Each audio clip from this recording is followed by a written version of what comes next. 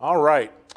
Our essential question in this course is how do we find and use patterns to predict the future, make data-informed decisions in the present, and understand the past?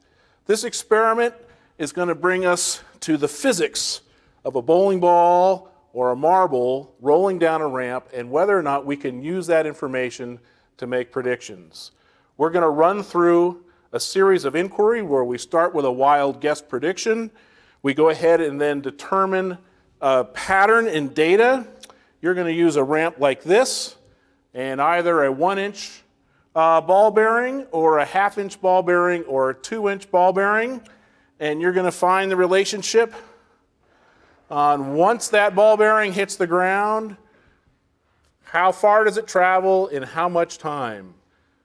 Then, collecting that data, you're going to learn about what's the relationship between the distance and time and how can you represent that in a graphical form or in an equation form. And then you're going to use that to make a final prediction of how far will this bowling ball travel in 6 seconds after it lands on the bottom of the ramp. Enjoy.